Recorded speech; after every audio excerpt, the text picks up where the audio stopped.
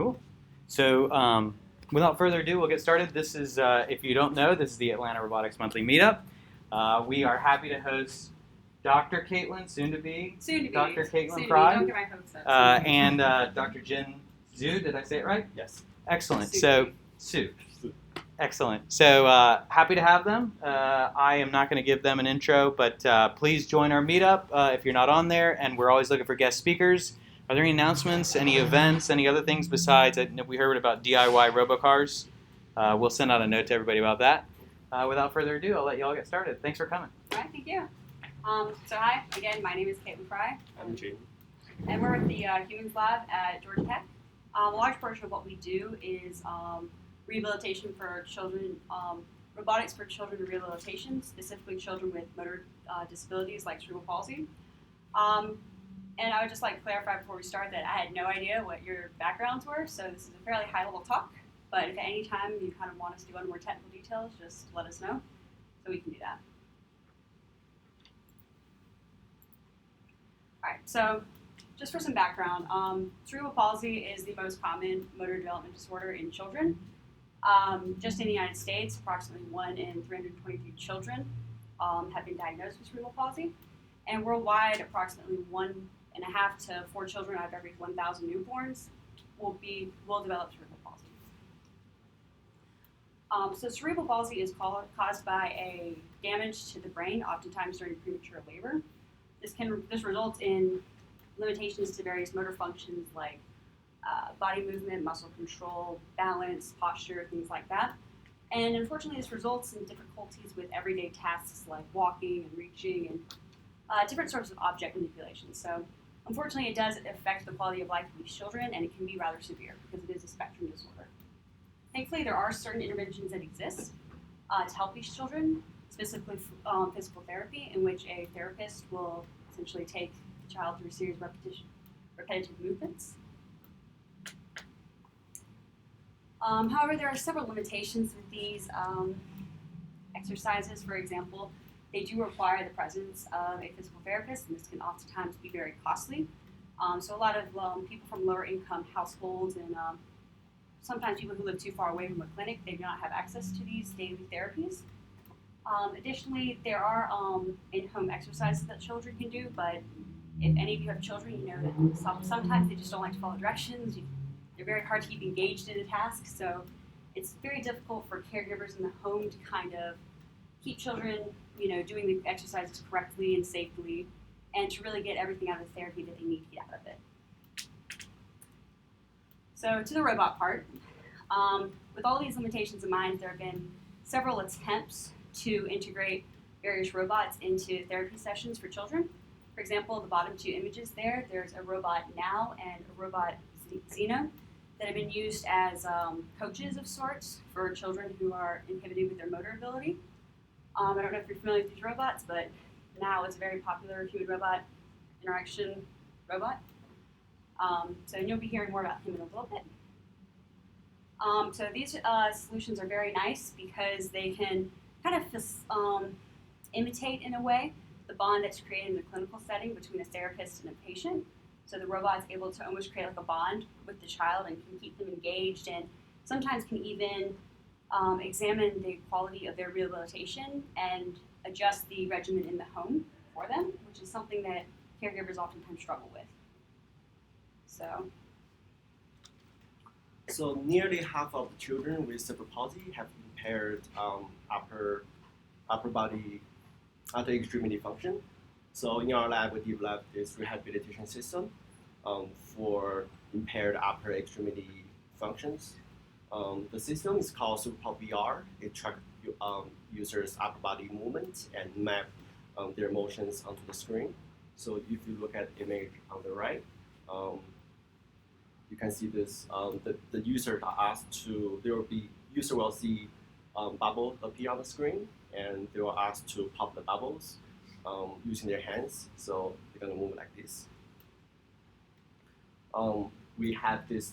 The Now robot is used as a therapist by providing instructional, motivational, and corrective feedback. We evaluate the system by using intrinsic motivation, motor performance measures and user trust. We have conduct studies with adults and typical children, and we also work with physical therapists at Georgia State University. We are currently working on an experiment with testing system with children with cerebral palsy. So here's an example of the screen that the user would see while playing the game. They are instructed to complete a 90-degree reaching movement. So from the bubble shown with the start to the bubble shown with the target.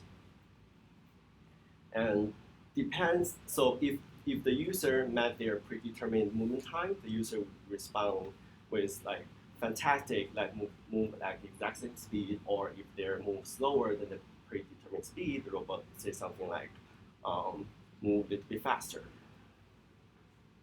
The robot also provides instructions for the game at the beginning and the very end. So that's aimed just to motivate the children throughout the game.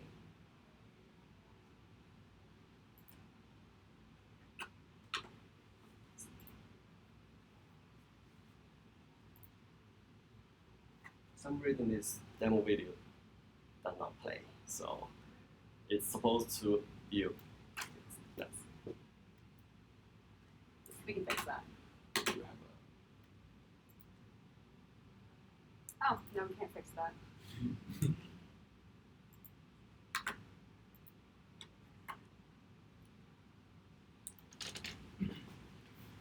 We can provide a live demonstration, though. Essentially, what's going on is the patient will, or the participant in this case, will just do the simple reaching exercise, and the now robot, which is the robot that's white and gray, kind of standing there, will observe and give corrective feedback. And so if you've met your target speed, they'll say, great job, do the same thing again. If not, then you have to keep going faster and faster. And for typical session, we have like 20 games, each one contain about 5 to 10 trajectories. Question? Is that an Xbox Connect? Yes, and it's pretty old, but we have this system since like 8 years ago, 7 years ago, so Wow. and we've been using Connect for skeleton tracking. It's super popular for a lot of robotics. Because it's just the hardware is easy to come by. It has pretty good support in terms of and with ROS and everything.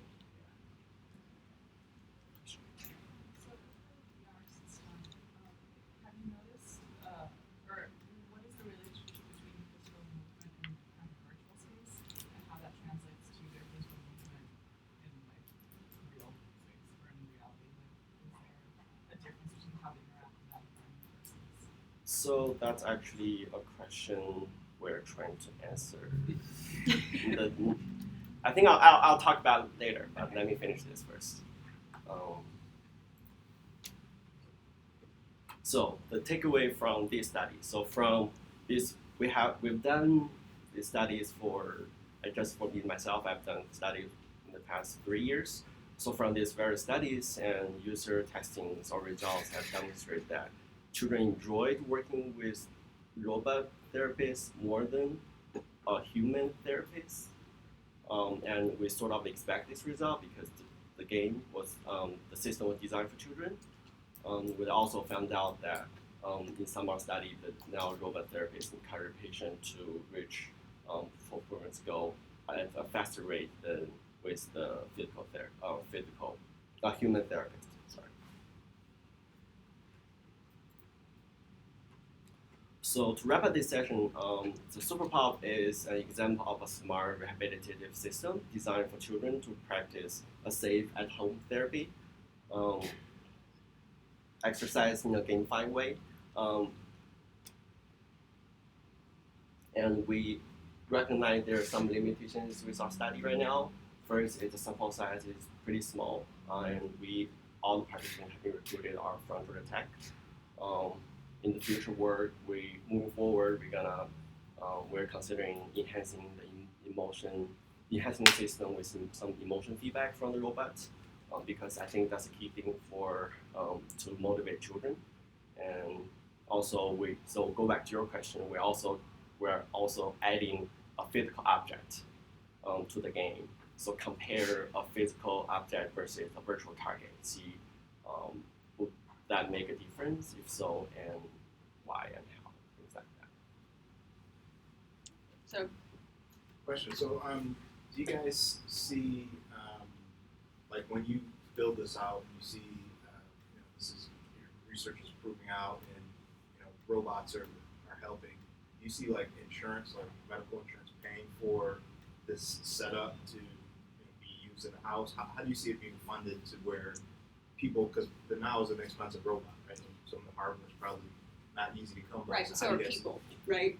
Yeah. So like we were talking about with the in-home rehabilitation, for that to be truly effective, it really does require the presence of an actual like trained therapist. If you think about the amount of time and money it takes to train someone to do all of that, then and then you also limit on the number of people you have, the time that they can devote to each of these children. So, I mean, it's a cost-benefit analysis you have to make, right? But you think somebody's going to pay for it versus paying for the therapist? Because right now you can get a therapist, signed off for buying medical insurance. You think that at some point robots will be signed off for medical insurance? I think so. I think we'll require a few things. I think one of them is certainly you have to prove that the system works at least as well as the human, because if it doesn't work at least as well as, then what's the point? And then, of course, there's additional safety concerns because everyone's kind of, I won't say fearful, but hesitant about adopting new technology when you aren't guaranteed that it's going to be completely and utterly safe. Because we hope that a physical therapist is kind of embedded, right? But, so. We have similar issues, we're labor cost reduction, and when you use a robot versus someone, that person can now be doing higher level things. Like they could be like, all right, we're going to accelerate your stuff. It's been going well, as opposed to like literally just being like, okay, I need you to move top here, move here. Like paying someone to do that part of their job. If you could free them up to do be like, all right, great, we need to move you to something else next or higher level stuff. So it's cool. It might be a bit early, but any idea how much it might cost in the future for the now robots? I mean, You're talking to a bunch of business robotic people, right? They're doing research. Again, this is why it was high level. We weren't sure about how diverse this was. We actually just got one of the newest versions of Now in our lab. How much did that? 12? Yeah, so, they're still rather expensive, but they're really the only company that even makes these kind of robots right now. So obviously you need another competing company to kind of drive costs down. And until these robotics companies start succeeding, you won't necessarily have that. But a worker is like $40,000 a year, right? Yeah, I mean, it's a great cost benefit thing, right? And I think, they have, insurance pays for range of motion devices, right? Like that, like if you go through physical therapy and you need something to stretch your arm out or whatever. Right. So that's, you can make the argument that this is a device that's helping, in that space. So that was just interesting. Yeah. how, just curiosity, when you did the testing with the children, how long were working with the platform and the Now? So Because they wouldn't do it all day. most and they don't sessions, need to. so most sessions we had are like around 30 minutes in total, because otherwise we won't keep them. Sure. They will get distracted. Because it seems like at the beginning, because of the expense of the robot, you could have it rented out, just like so many other things. You don't have to be the owner of something. You can just pay for the access. So one Now robot might be used for many different families within a given week. So Robots as a service. say that again. Robots as a service. Yeah, exactly. Business model. There are a few. Is the robot kind of mass produced type of robot? Is it a general robot that you're using and programming to do what you want to do? I'm sorry, could you repeat that? Is the robot general that programmed to do what you want to do? The one y'all using? The NAO. Yes. Yeah, pretty much. So it's like the Now comes and it has its own graphical based programming system, so you can just plug and play if you'd like. Then it has places where you can go through and do more refined things through Python scripts and everything. So I think the majority of what Now has done in this work has been something that we've had to write ourselves, but Yeah, that was going to be my question. What languages are you writing your code in that interfaces?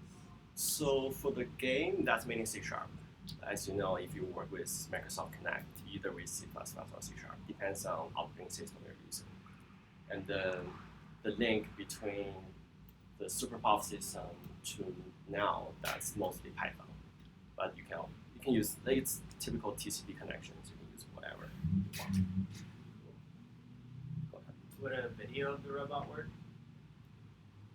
Like a virtual agent versus the physical? Yeah. Is that something we've looked at? That's something we haven't tested yet. This is idea from our physical therapist.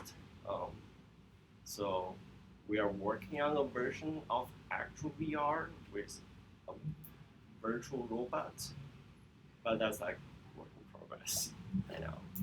So there's a couple students in here that are interested in the human side of it. Me being one student. But when you're dealing with children, first of all, what age group did you do your research on with the children? Because of course, when a child that may be between the age of 18 months and 2 is definitely going to have a different interaction than a 3-year-old to a 5-year-old. And then what aspects of the data? It's a game, right? And it determines if you need to go fast or slow, but this still needs to be fed back to the physical therapist so that there actually is proof that the therapy is working and helping the children that have the cerebral palsy. So how is that getting back to the physical therapist? And then the physical therapist is then, I'm assuming, would be changing or refining information in the robot, or does the robot have some type of machine learning or artificial intelligence so that it's learning how to be able to assist the child? And then also the human side of it with the family. If you're going to introduce a robot into a family that's never had a robot in it, right? So you're helping the child, but you also need to make sure there's the aspect for the family to support that as well as for the child that's going to be receiving the therapy. So how are you addressing those aspects of the research? I'm always on the human side of things. So. I get it. So that's a multi-part question. I think Jen can speak better to the inner workings of like the algorithms and some of the stuff in the clinical space they've touched upon. But to answer kind of the later part of this, anytime you work in the medical field with robotics, it is always very, very, very important to make this very clear that the robot cannot make any determinations on its own about whether or not the patient has a disease, has actually gotten better, or anything. The best you can do is you can say, we're detecting a disease, or we're detecting that they've made progress, things like that. So in any of these types of systems, the information is always sent back to the therapist. It's just you're doing, you're coming up with sort of metrics, I guess, that the system can measure that translate to the things that the clinicians look for. So there is always that connection. Anytime anyone's working with a medical robot, if they're doing it right, there's always that connection. And of course, in terms of anytime you put a shiny new toy in front of a family or in front of anybody, there's a certain sense of novelty. So what the novelty effect is for anyone in HRI is you have this really cool new technology. It's like a new iPhone. You're really excited about whatever the new feature is for about a month, and then suddenly you're back to kind of the shininess has worn off, right? So eventually the technology will kind of just integrate into the family, right? Similar to almost when the smartphone came out. It was revolutionary, but eventually now it's a daily part of our lives. So, first part of the question though, this man. So I have a very long answer to the first part of the question. So since we still have like 10 slides after this, so in short, we work with our therapist at Georgia State, and we came out with some metrics with them, and we collect data based on system, and then we sort of work together and analyze the data, and have the therapist look into the videos and the quantitative result and see how they improve. And with respect to the children who actually have cerebral palsy, we have them play the game, and we have actual physical therapists standing on the side and look if, like, using their traditional metrics, see if they actually improve. And you had a placebo group as well? Yes. I think there's one more question before we Yeah, go. is there any way I was thinking, while the robot's sitting there, can you log in, like the therapist log in through the robot and do some of this activity to evaluate? Like Wizard of Oz kind of thing? That is a great Do thought. live, so they don't have to be there present, they can just dial in, and now you've got one therapist that can do 10 sessions a day instead Right. of. So that actually is something that is being used in clinical settings these days. Telemedicine is what they call it. So, I mean, that's very feasible. To my knowledge, we have not done that, but that is a good thought and has been shown to work and is used in clinics. So. It would seem like a good intro, and at the same time, you're teaching the robot. Mhm. Build some AI, teach the robot to do some of this stuff on its own. Okay. All right. Final question, then we'll move on. Scale up. I mean, you have one robot, and you might have one therapist and 10 robots, 50 robots in a building or something like that. And then make it cost effective, time effective. I mean, I think the idea is mainly that these systems can be deployed to a home setting. home setting. It's just simply because, especially in rural America, it's difficult for parents to take time off to bring their child to these clinics, some of which are very, very far away. We're very fortunate in Atlanta to have a lot of these specialized clinics here, but yes, you could have lots of them in kind of the one room and kind of scale up, but the idea would be to kind of deploy these to more remote locations. So I guess you could have a remote teleoperated clinic and scale up that way. But okay. All right. So I work with infants. So your work. What's your age range that you've been working with? Like 5 to Roughly 5 to 16. Cool. So I work with 0 to 6 months. So very, very young patients here. And so, a little bit more background before I really get started. So we've talked a lot about therapy. We haven't really talked about diagnosis in the first place. So how this typically works is a parent will bring their infant, usually a very premature infant, someone like that, into a clinical setting, and the clinician will have to observe an infant. And based on what actions the infant performs while they're in the clinical setting, they'll make a determination about how mature their development is. And so this is an example of one of these scale-based methods. It's called the AIMS, the Observant Infant Motor Scale. And so essentially, clinician just takes them through a series of postures and see if an infant is doing things like bringing their hands to their knees and their hands to their feet, if they're able to support their head, things like that. As with most of these methods, it's limited in some ways. Most limited because it's very, very highly dependent on whether or not the infant's going to cooperate in that 1 hour, usually less session. And if any of you have had infants lately, they usually do not cooperate. So there's a huge issue with just limited time of observation that these clinicians are having to deal with. Because of some of these limitations and because of the nature of the scales, usually the diagnosis of these infants occurs around 18 months, except in some very, very severe cases. And I know that seems very young, but in a lot of ways it's too late to mitigate a lot of the delays and some of the issues that these children will have later in life, because a typical infant has already achieved a number of key milestones. I mean, if you think about it, you have a newborn, and just in 1 year of life, they've gone from very limited motor capabilities to walking, sometimes even running. There's some very advanced children. So we asked ourselves, how can we facilitate an earlier detection of cerebral palsy? And an interesting observation that was made to me is that oftentimes clinicians can tell much, much earlier if an infant is going to develop cerebral palsy. It's one of those things that they can't really quantify. It's just kind of something that they build with instinct over time. And through a lot of work done in the clinical field, what they found is that these clinicians are observing abnormalities in something called spontaneous movements rather than the attainment of different voluntary motor skills. And so what that means is when you have a newborn and they're just moving and trying to explore the world, there are abnormalities in those kind of movements, which cannot be measured with these scale-based methods because we really don't even have a name for those movements. And so what my research aims to do is we want to look at these kind of spontaneous movements and provide quantifiable metrics for an infant's motor development. So from this data, we're trying to establish a baseline for what healthy infant kicking looks like at different ages, so that then we can determine if an infant is developmentally delayed or if they're on track, which is what we all hope. So we've developed this prototype system called the Baby Smarty Pants. Essentially, it couples a wearable sensing suit that has IMU sensors on the lower limb segments, the thigh, shin, and foot. And we gather acceleration and angular rate data over extended period of time.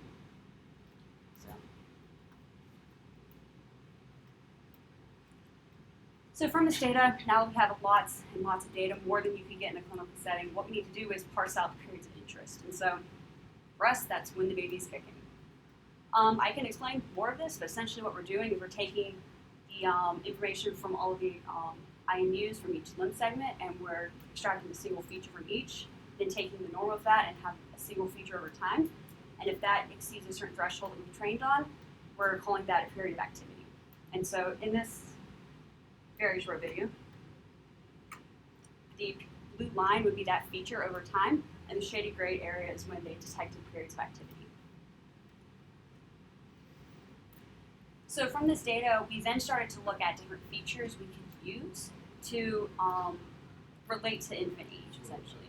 So what we were interested in is kind of the ratio they spent doing different types of activity. So the amount of time they spent at rest versus the amount of time they spent kicking unilaterally and bilaterally. So unilaterally is one leg kicking, and bilaterally is two legs kicking. We observed 3-term and 3 preterm infants over multiple sessions, and we had 13 sets of data. And something that was really cool for me was that we actually found that there are factors that do change in infant ages. And oddly enough, as infants go older, they actually get lazier and they stop moving as much, which was kind of contrary to what I thought would happen, but there you go, that's why we researched. We also found that they tend to kick bilaterally less, but they also don't really change how much they kick unilaterally. I didn't show that graph here, but I thought this was an interesting trend to see. So now that we kind of have some features that we can use to relate to infant age, we then wanted to see if we could even influence an infant's behavior, because even if you can determine if an infant has some sort of delay, like how can you rehabilitate the infant? So what we did was we instrumented a typical children's mobile, and we put 3 different stimuli in it. So we had a visual stimulus where lights would flash, we had audio music, so I think it was the Itsy Bitsy Spider plays, and then we had a movement where the mobile would turn. And what we were trying to accomplish is we were trying to see if we could make the infant essentially kick more than their baseline. We used a goal and reward-based mechanism, so what happened was whenever we observed the infant kicking, we would turn on the stimulus, and it would continue running until the infant stopped kicking for 5 continuous seconds. And again, we had a baseline that we took before the stimulus was introduced to the infant, and we compared the activation period with the baseline. We found some interesting things as well. We found that the movement and visual stimulus did in fact increase kicking frequency. The audio did not, but this was a very small sample size, so I wouldn't make any conclusive statements about this, really. But what was really interesting is that none of them actually increased the amount of time an infant spent kicking bilaterally. It actually decreased it significantly in all cases. And what we found was that because we were not specifically triggering the stimulus with bilateral kicking, essentially the infants were just finding the most efficient way to trigger the stimulus, and that's how they were accomplishing their task. So infants are very clever. That was our fault. But anyway, I know that's a lot of information, but kind of to summarize some of what I've presented in my work, there are certain features that we can associate with infant age, which is very exciting. And we can also use simple goal and reward-based mechanisms to modify the behavior, which is also exciting because if you can't rehabilitate the infant, then that's unfortunate. Again, we have a very small sample size. We are waiting for more infants to be born. If you know of any, please let me know. So that is one limitation. So for the future, we're again trying to establish a baseline for healthy infants in different ages. And we are going to start at the new year gathering data from high-risk infants, so the ones that are very likely to develop cerebral palsy or some other motor development issue. And we're going to also explore adding different stimuli beyond the ones that we discussed previously. So, okay. So if there's any other questions, just, yes? What kind of sensor did you say was in the pants of the job? We have 3 IMU sensors. So they're gathering acceleration and angular rate data. So accelerometer and gyroscope for each limb segment. What kind of IMUs, if you're okay telling, do you know? It's from a startup company called Ambient Lab. They're MetaWare C sensors. They're really nice because they're extremely lightweight and they have Bluetooth capability. And so for very weak infants, that is the perfect solution. Yeah, I was going to say for ours, they're hardwired and ruggedized, a little different. But I was thinking I didn't see any wires. Maybe they were in the pants. Yeah, no, it seems that parents do not want their babies around wires. Shockingly. So yeah, no, I do highly recommend these sensors. They're very nice. That's cool. So. Did you pick the placement and number of sensors? So Partly, we wanted to actually have more sensors. We wanted to have one on the trunk as well, but there's one limitation with these is that for one system, you're actually limited to 6. So we just had to limit ourselves to the 3 sensors in each leg.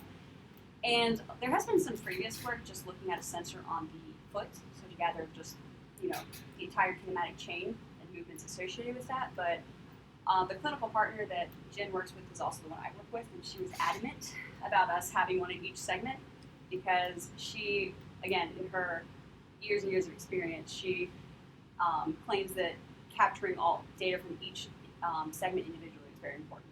So I suggest if you're working in the medical field, work very, very closely with your clinical partners. They know more than you do in that regard. So. Considered using the data that you collect from these babies to train robots in motion? Because you basically have an actual system that's learning motion when babies are learning. Yes and no, simulation, but not robot. Really because there's not a very good robot that can simulate infant motion. They just have different ranges of motion than adults do, things like that. And most anthropomorphic robots are based off of adults' limitations. So the closest actually is the Now robot, which I've simulated some of this movement on, but even that, it couples 1 degree of freedom in the hip. So it's not an ideal. But yeah, it's definitely in That's simulation. actually true. Like my baby can do weird stretching that I cannot even do. Yeah. It's wild. Yeah. But they're not quite there yet. And they don't have kneecaps, so they have they can hyperextended knees and everything too. So, Yeah.